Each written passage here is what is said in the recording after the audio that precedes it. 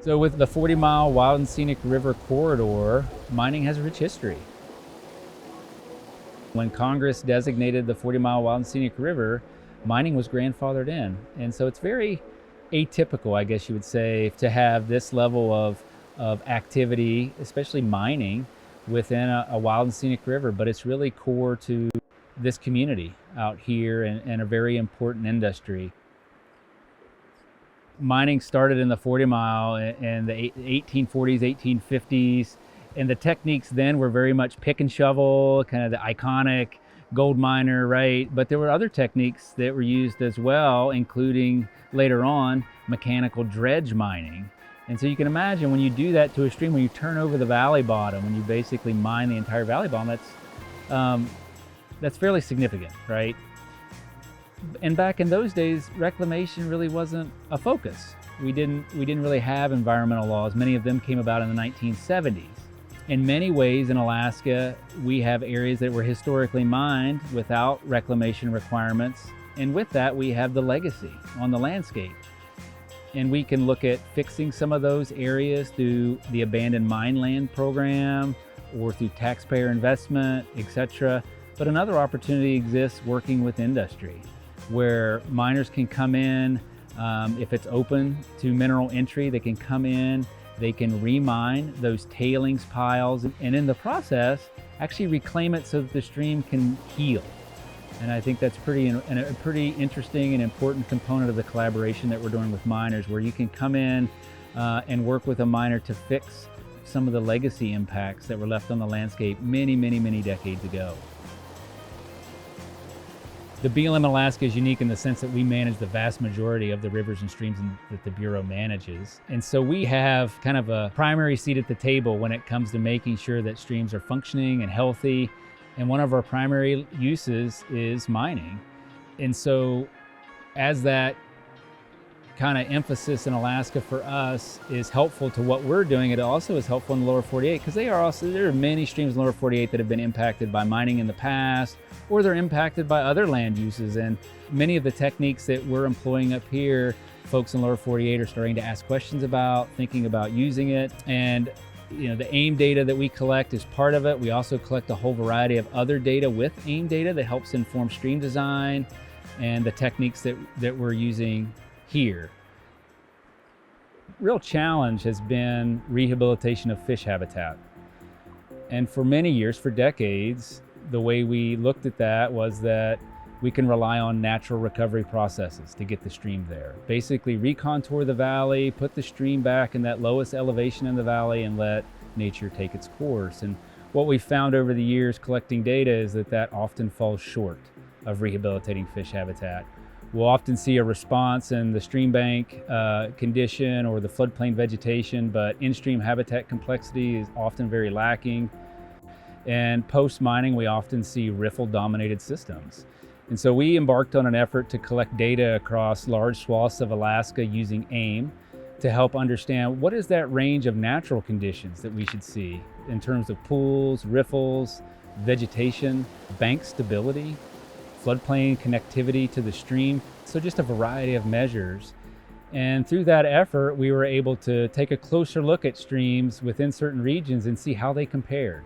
Were they beginning to overlap with those natural conditions that we see, or were they a departure from that condition? And for many metrics, what we saw was a significant departure. And that tended to mesh with what we knew from literature and site-specific studies that had been done for decades in Alaska.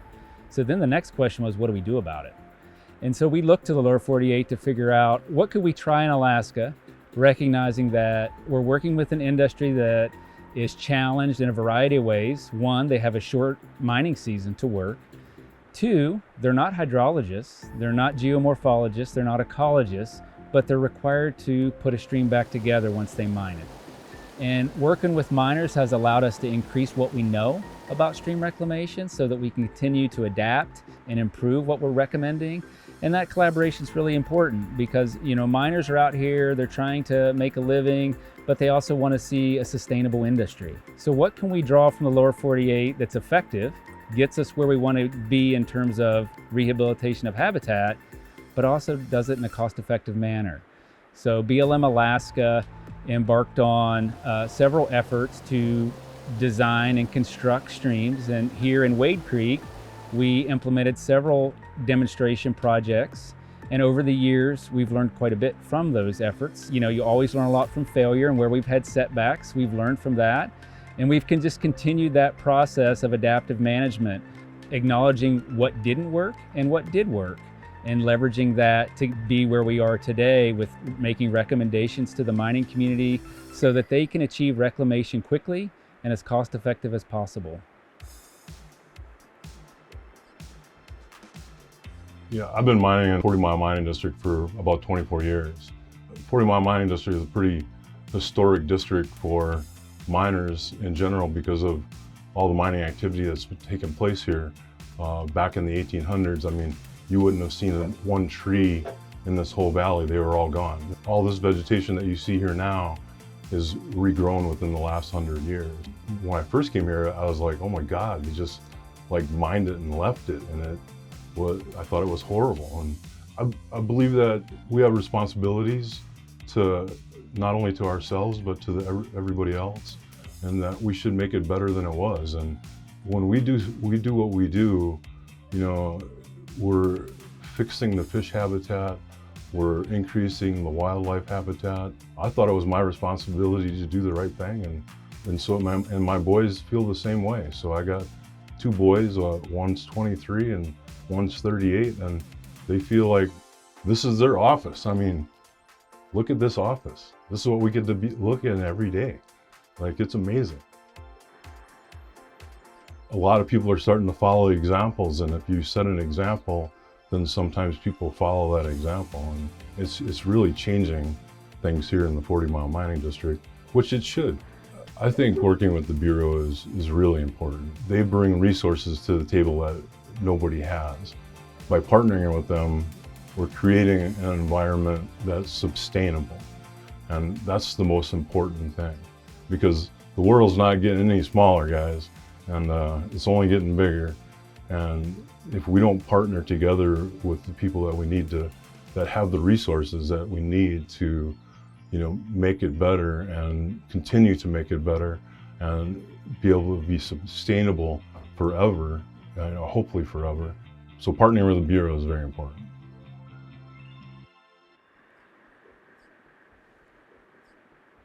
In Alaska, mining is very much part of the cultural fabric in Alaska and very, very important, especially to local communities. And you can look to the lower 48 to livestock raising is kind of something that's very similar to mining in Alaska. It's very much part of the cultural fabric, very important to local communities.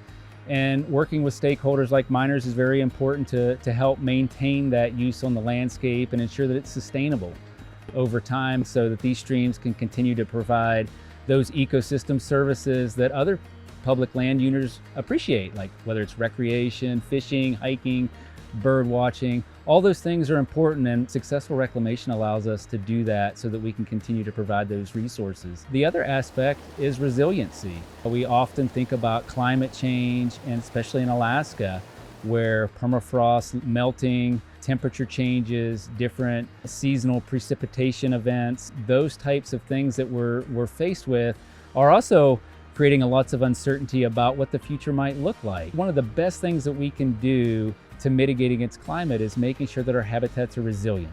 And being resilient means they're functioning and healthy. You're trying to balance multiple uses, potentially on the same piece of land. And I think that's what excites me the most about the BLM, is it's never short of a challenge. And that public service motivation component is super important to me. And I have developed some really good working relationships with the mining community over the years, and it didn't always start out that way. But we're all people at the end of the day, and it's really important to make those connections and understand that we have many overlapping goals. And you leverage those opportunities to do good work. We don't want to degrade our fish habitats. They're important. Salmon are important to the economy of Alaska just as much as mining is important. And so maintaining high quality fish habitat, watershed health, those things go hand in hand in Alaska.